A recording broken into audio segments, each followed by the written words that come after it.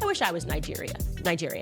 I do, a little bit, but I'm not. Not even a little bit. I'm not Nigerian, but they do have a very good culture. Nigerians are hustlers, they're industrious, they're ambitious. And in this video, we're gonna review the compliment that Candice Owens just gave Nigerians. On top of that, we're gonna dive a little bit deeper into the reputation of Nigerians. Sometimes it's a great reputation, sometimes it's a terrible reputation. What can we do to improve the country of Nigeria and its reputation? Stay tuned. For those of you that don't know, my name is TJ. I am mixed Nigerian and British, and I took the step to move from the UK to Uganda about 2 years ago to start a new life with my partner, Medina. So obviously, I have lots of opinions about Nigeria. I lived in Lagos for the first few years of my life. I have family there, and I'm still connected to the culture. But my relationship with Nigeria is bittersweet, and I would love for the relationship with Nigeria to be sweet only. I long for the betterment of Nigeria. I want all the problems to go away, and I want to see Nigeria rise and take its place as a leader on the global stage where I know we have the potential to be there. So let's start off by hearing what Candice Owens had to say. I am a Nigeria stan. I think Nigerians just really have their ish together, their culture together. Whenever you meet in Nigeria, like, they're all doctors here in the USA, their families are together, they take marriage seriously. I wish I was Nigerian.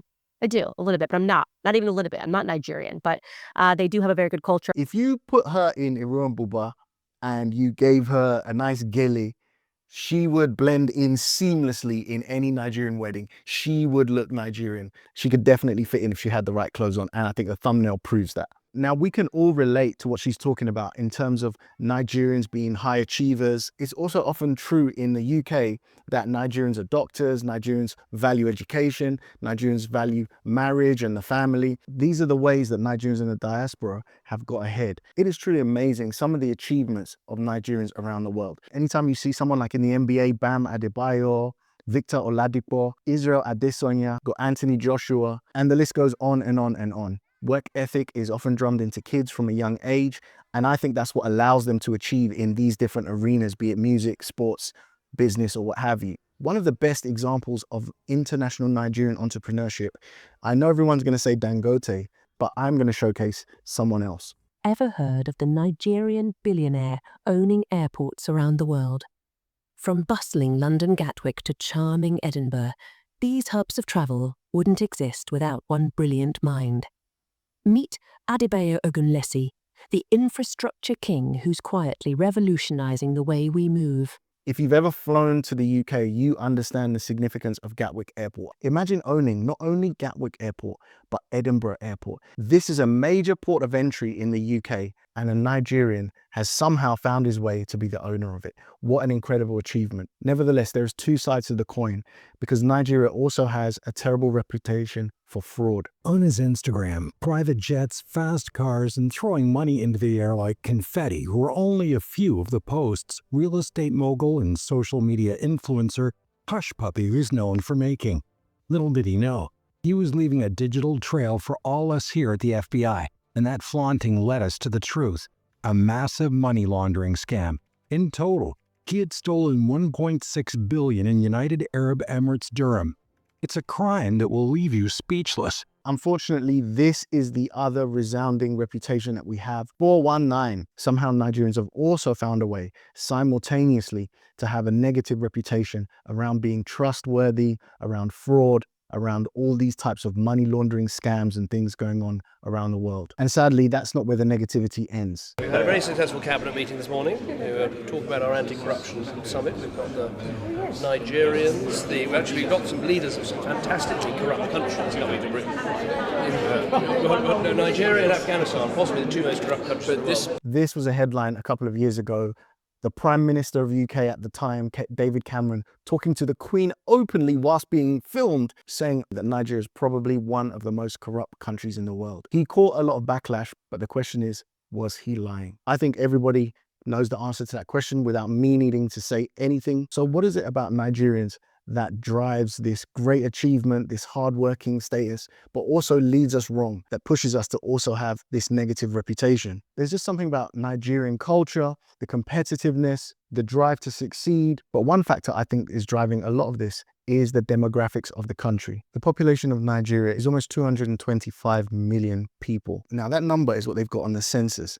But if you know anything about Nigeria, there's still a bunch of people like my dad whose birthday was never registered. They're never going to be on any kind of census. So the true number is probably higher than that. On top of that, the population is absolutely exploding. Nigeria's population is indeed projected to experience significant growth over the next several decades, largely driven by its young demographics. Here are the key insights into the anticipated growth, the current demographics and growth projections. Young population, approximately 41% of Nigeria's population is under the age of 15, which contributes to high birth rate of about 34 births per 1,000 people.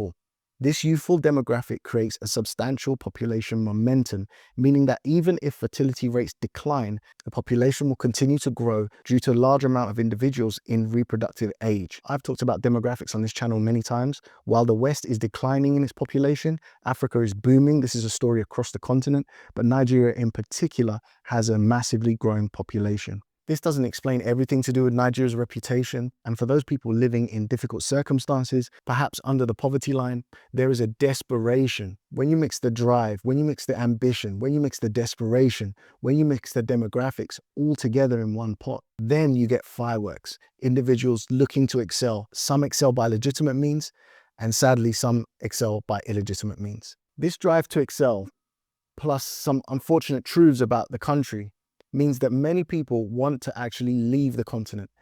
And there's a problem that perhaps the best talent actually leaves. We've just looked at the owner of Gatwick Airport. If we compare the Gatwick Airport to the airports in Nigeria, I think there would be some disparity there. So why couldn't those skills be utilized within Nigeria itself? Why can't the talent make the country amazing? Well, there is certainly talent now pushing the boundaries. Companies like Nord, who are making cars, the booming real estate sector, all sorts of businesses and innovations. I think of the founder of Flutterwave. These guys are making moves in Nigeria for Nigeria, but everybody knows it's tough. Infrastructure is not great. There is corruption. There's disorganization. Until we make the business environment more conducive for entrepreneurs to excel, people are just going to take their talents and go to where there's less friction, less obstruction, and more lower effort opportunities where their extra effort will go much further. Every year, thousands of Nigerians flood embassies, stand in endless queues, and gather at airports, holding onto tickets that promise more than just a change of scenery. They carry with them dreams of new beginnings, a fresh start, and the hope to rewrite their destiny. I'm finally leaving Nigeria. UK. I hope you guys are ready for me. Over the past few months, I set out to understand the true motive behind this massive exodus, a puzzle that has been misunderstood for so long. There's no structure, there's no infrastructure in place. So people want to take that brilliance and take it to a country that works, a structure that works. I'm of the belief that it's time for the diaspora to start coming back to Africa.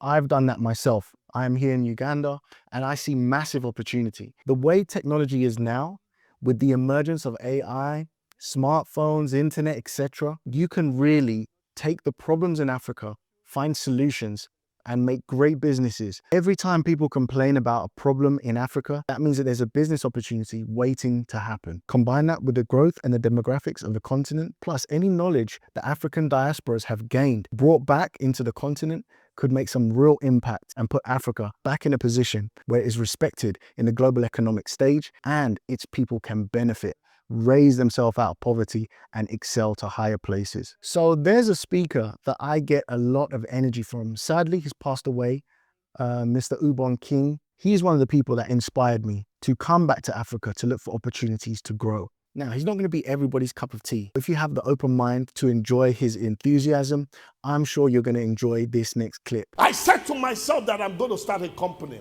I started a business called Protection Plus. And I said 3 things will happen there: security, maritime, and logistics. Do it badly till you get it. Don't let anybody tell you must be an expert. Start. Nothing starts until you start. So I started from my bedroom. And I got on the internet. I began to study. I went on LinkedIn. LinkedIn began to show me things about maritime security, so I decided to register in maritime security. While registering in maritime security, I got to combating piracy in West Africa, and I registered there. They were talking about the Gulf of Aden. I don't know what Gulf of Aden was, but anytime they were talking, I saw Somalia pirate, I saw NATO. I didn't understand it. Then they began to talk about Gulf of Guinea. I did not know what Gulf of Guinea, but they will mention Port Harcourt, I'll put my mouth. Mention Abuja, I'll put my mouth. Mention Lagos, I'll put my mouth. Anything you know about, put your mouth. I began to put my mouth.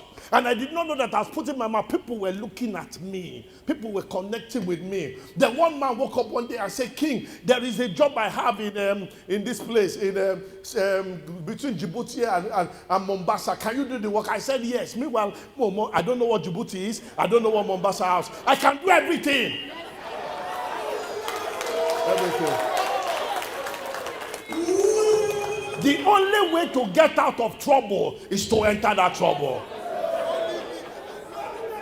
I said, for my children's sake, for my daughter's sake, for my wife's sake, I need to enter trouble.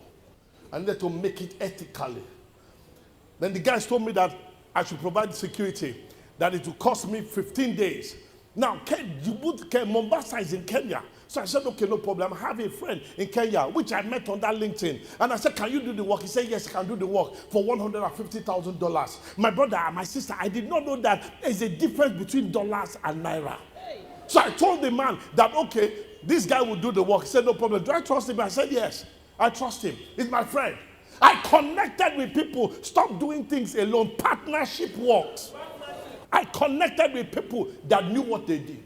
So when I spoke to the man said he can do the work, $150,000. I connected them to the guys in Seychelles. They transferred in one day $150,000 to the man. I was driving from VI down to Owodeaja, VGC, I will never forget. And I looked at that VGC traffic. I got there and I saw an alert in my phone. He said, King, be advised that I have received the sum of $150,000. Pay your own 10% commission is going to be transferred to you. I said, I picked up my Nokia 3310. God bless that phone. And I checked it. $150,000 times 150,000 naira. My phone delivered me. It said error, error, error. My phone could not communicate that. My phone could not calculate that. I said, okay.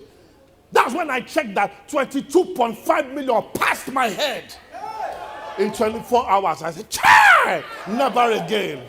Meanwhile, my commission was 2.25 million. My work, I was working in a company. My whole 1 year salary was 3.6. In 24 hours, I made 2.25 million. I said, we die here in this business. The guys in Seychelles called me and said, King, this is what you are going to do. Now, because you have given us a good job, you are entitled to 5% of the deal, $50,000. My brother, when I pressed my Quinty, my calculator, my phone said that was 7.5 million, 2.25 million, that's 9.25 million. 9.25 million was coming my way. How much was my equity? 1,500 naira MTN recharge card. You don't need money to start a business. You need brokerage. Look for somebody that has the money, somebody that needs the land, and connect them. Collect your money. If you want to understand anything about how Nigerians are successful, it is this mentality that Ubon King has. There are countless people in Nigeria that think like this man, that move like this man, that emulate this mentality. It is everywhere. It is all over the diaspora. Do it badly until you get it. You don't need money to start. Find the one that has money, find the one that has need, and connect them. Collect your money. I tip my hat to Nigerians. I love my Nigerian heritage. But whether you're Nigerian or not, you too can tap into this mentality. And let us be so good that we become undeniable. Thank you so much for watching. I'll catch you in the next video.